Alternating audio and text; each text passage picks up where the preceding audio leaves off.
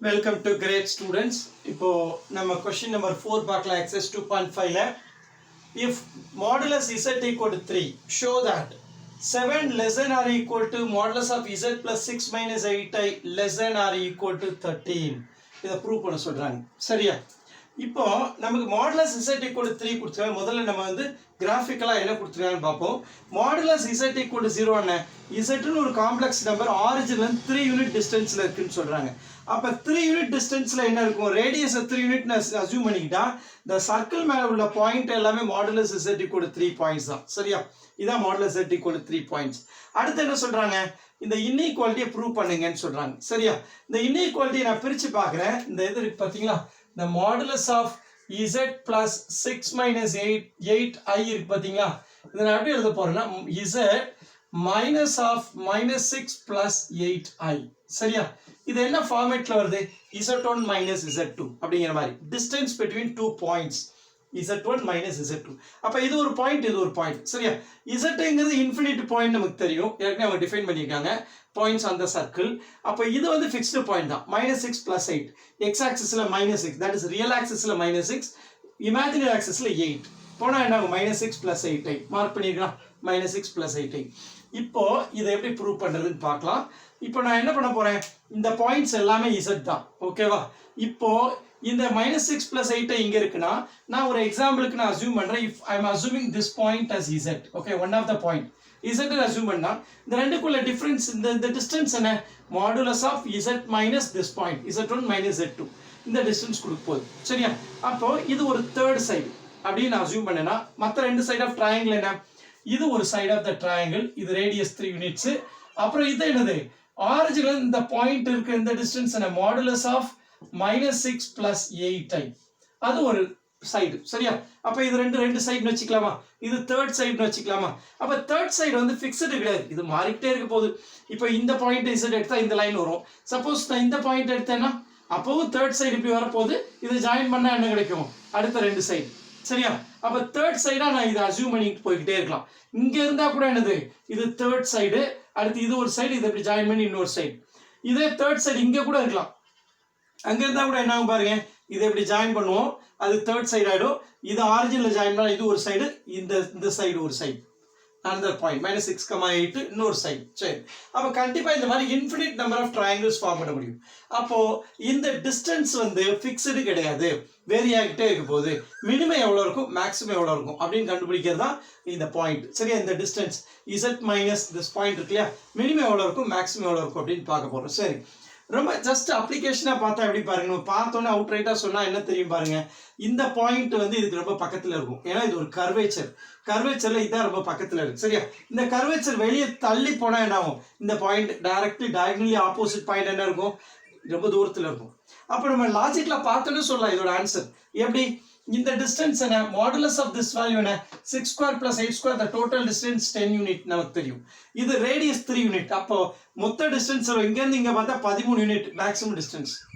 குறைஞ்ச டிஸ்டன்ஸ் எவ்வளவு இருக்கும்? இதுவரை 10ன்னு சொல்றோம், இந்த 3 சப்ட்ராக்ட் பண்ணா 10 - 3 எவ்வளவு இருக்குது? 7 யூனிட்ஸ். அப்ப minimum distance 7, maximum units 13. Diagram வச்சே நம்ம சொல்ல முடியும். பட் ஸ்டில் நம்ம என்ன பண்றோம்? Complex point of view, complex நம்பர்ல தியரிட்டிக்கலா அதை ப்ரூவ் பண்ண போறோம். எப்படி? By using triangular inequality. Triangular inequality என்ன சொல்லுது பாருங்க, difference between any two sides. இங்க in any triangle இருக்கும், in any triangle. சரியா? difference between any two sides less than or equal to third side less than or equal to என்ன? sum of two sides.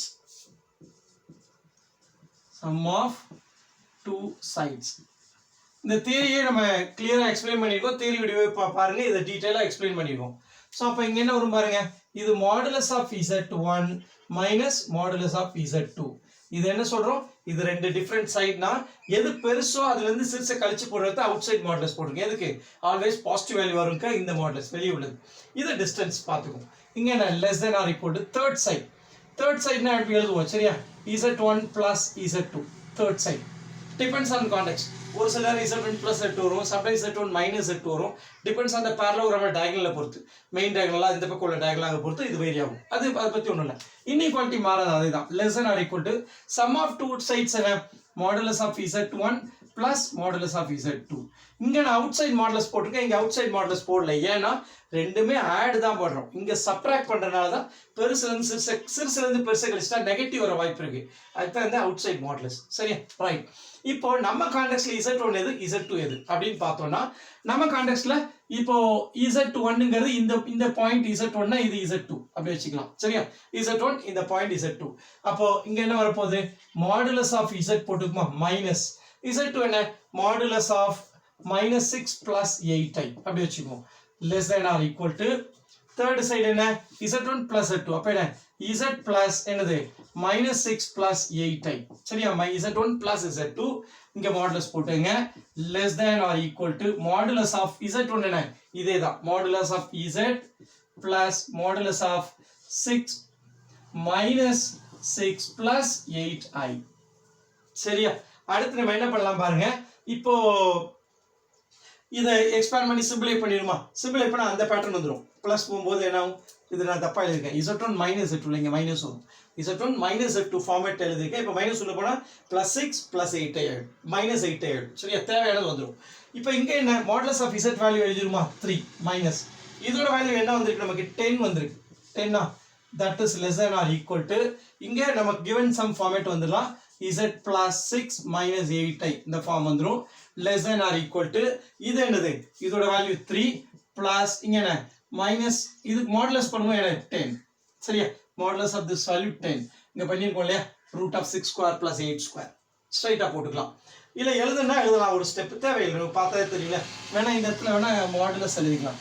Modulus of -6 plus 8i equal to 10 அப்படின்னு எழுதிக்கணும். சரியா? Right.